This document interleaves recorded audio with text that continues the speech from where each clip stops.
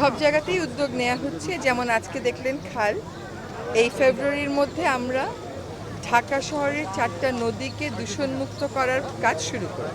আপনি south Korea বলেন, China বলেন, লন্ডন বলেন, নেপাল বলেন, ইন্দোনেশিয়া বলেন, 10 বছরের আগে কোনোদিনও কোনো নদীকে আমরা ওভাবে দূষণমুক্ত করতে পারা যায়নি।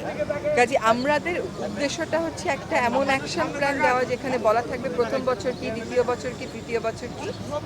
সেই কর্মপরিকল্পনাটা আমরা চূড়ান্ত করব। 16ই ফেব্রুয়ারিতে এডিবির একটি টিম আসবে, তারা আমাদেরকে নেপালে, ইন্দোনেশিয়াতে এবং চায়নাতে 3টা নদী তারা কিভাবে পুনরুদ্ধার করেছিল সেই অভিজ্ঞতা শেয়ার করবে। এর মধ্যে জাতীয় পর্যায়ে কাজ করা হচ্ছে, জিপিএস দিয়ে সব দূষণকারী আমরা ম্যাপিং করে ফেলেছি। এক একটা নদীর নিচে 3 থেকে 5 মিটার হচ্ছে আপনার পলিথিনের স্তর। এগুলো তুলবার জন্য আলাদা ড্রেজার লাগে, সেগুলো আমাদের নেই। তো এই কাজগুলো জাতীয় পর্যায়ে হচ্ছে। তারপরে আন্তর্জাতিক পর্যায়ের অভিজ্ঞতাকে সমন্বয় করে আমরা আশা করি এই বাজেটেই আমরা কিছু অর্থের সংস্থান করব এবং আমাদের উন্নয়ন সহযোগী অনেক সংস্থা বলেছে তারা আমাদেরকে এই কাজটা করতে সাহায্য করবে।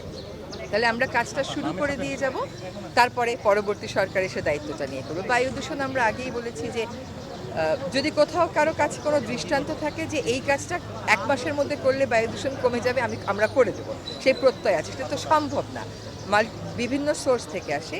যেমন ঢাকা দক্ষিণ সিটি কর্পোরেশন, উত্তর সিটি কর্পোরেশনের সাথে আমার কথা হয়েছে যে যেখানে উন্মুক্ত জায়গা আছে আমরা ওখানে ঘাস বা গাছ লাগিয়ে দেবো যাতে ধুলা না ওড়ে। যেখানে রাস্তা ভাঙা আছে তারও তালিকা করা হয়েছে, সেগুলো আমরা নির্মাণ করে দেব। আমাদের বায়ু দূষণের ক্ষেত্রে প্রাথমিক টার্গেটটা হচ্ছে ধূলি দূষণটা নিয়ন্ত্রণ করা, যেটা সম্পূর্ণ আমাদের নিজস্ব উৎস থেকে আসে। আর ইটভাটা থেকে যে দূষণটা আসে, আমরা দেখব যে আশুলিয়া, আমিনবাজার এই জায়গাগুলোতে যদি আমরা নো ব্রিকফিল্ড জোন করি অন্তত কিছুটা নিয়ন্ত্রণে আনতে পারি কিনা। যেমন চীন দেশে সাংহাইতে তাদের 15 বছর লেগেছে। আমাদের মুশকিল হলো আমাদের তো কাজটাই শুরু হয়নি, কাজটা শুরু হলে এগিয়ে নেওয়া যেত। আমরা কাজটা শুরু করি। বিগত সরকারের সময় যে বাজেট দেওয়া হতো এই বায়ু দূষণের বাস্তবায়ন দেখিনি, আপনিও তার মধ্যে কথা বলেছেন দীর্ঘ সময়।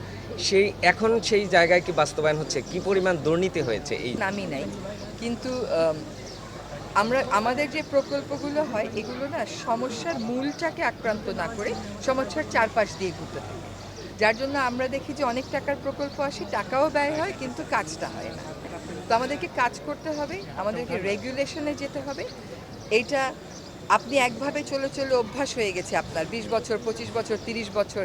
আপনি দেখেছেন যে আমরা হাজারিবাগ থেকে ট্যানারি সরিয়েছি, কত লম্বা আইনি প্রক্রিয়ার পরে এখন আবার সেখানে তারা দূষণ শুরু করেছে। এটা আমাদের একটা অভ্যাসে পরিণত হচ্ছে। অভ্যাস থেকে সরিয়ে আনতে আইন প্রয়োগের ব্যাপারে যে কঠোরতাটুকুন দেখানো দরকার সেটুকুন আমরা দেখাবো, কিন্তু একই সাথে তো প্রযুক্তিগত সমাধানও লাগবে, মনিটরিং এবিলিটিও বাড়াতে হবে।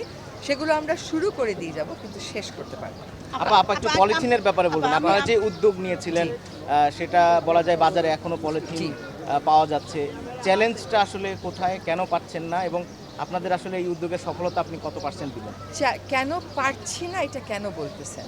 কারণ 2004 থেকে 2006-এ যখন পলিথিনের বিরুদ্ধে লাগাতার ক্যাম্পেইন হয়েছিল, বছর 2-2.5 ক্যাম্পেইন করে পলিথিনটা নিয়ন্ত্রণে আনা গেছিল। আপনি নিজে পলিথিনে বাজার করে আনবেন আর আমাকে জিজ্ঞেস করবেন আপা কেন পারতেছেন না। আপনারা শোনেন, বিকল্প ব্যবস্থা কি সরকার বলে দেবে? আপনি বলেন তো, আজকে যদি আপনার বাসা থেকে আপনি বাজার করতে যান, আপনি যদি চিন্তা করেন যে আমি পলিথিন ব্যাগে আনবো না, আপনার বাসায় কি একটাও ব্যাগ নাই সাথে করে নিয়ে যাওয়ার জন্য, কাপড়ের বা চটের বা পাটের? এটা আপনি আমাকে বললেন আর আমি মানলাম? এটা তো না। আপনি ওইভাবে চিন্তা করেন না যে আমি বাসা থেকেই নিয়ে যাব।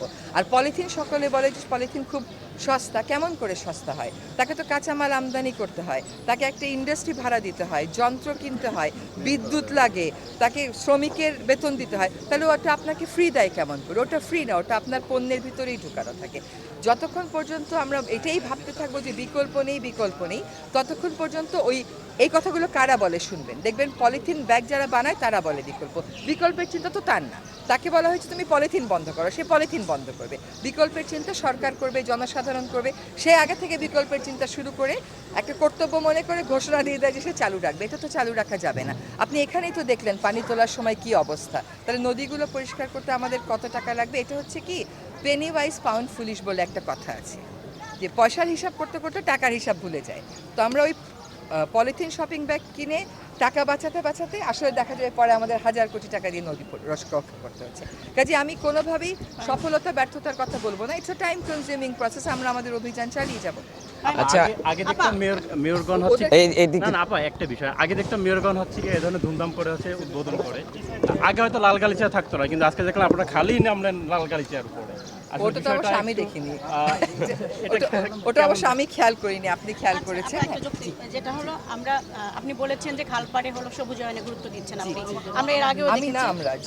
আমি নো রিলেটেড অনেক নিউজ করেছি। আমি দেখেছি যে খালপাড়গুলো তুরাগ তীরে কিংবা বুড়িগঙ্গা তীরে ওয়াক হয়েছে, কিন্তু পরবর্তীতে আবার সেগুলো তারা ফিরে আসার পরে সে একই অবস্থায় ফিরে গেছে, দখল হয়ে গেছে।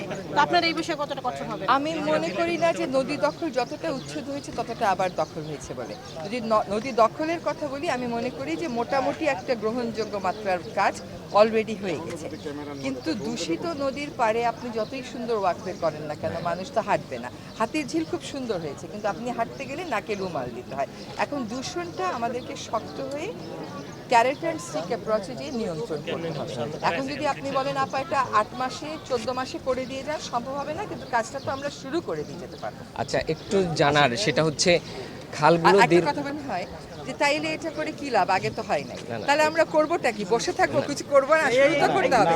So আপনাদেরও একটা ওয়াচডগের ভূমিকা পালন করবে, যে যেখানে আবার দেখবেন ভরাট হচ্ছে, আবার দেখবেন ময়লা হচ্ছে, বলবেন আমাদেরকে, আমরা আবার উদ্যোগ নেব। আচ্ছা আমরা দেখেছি যে খালগুলো অনেকবার এই ঘটা করে উদ্বোধন করা হচ্ছে, আবার কিছুদিন পরে আবার সেটা বেদখল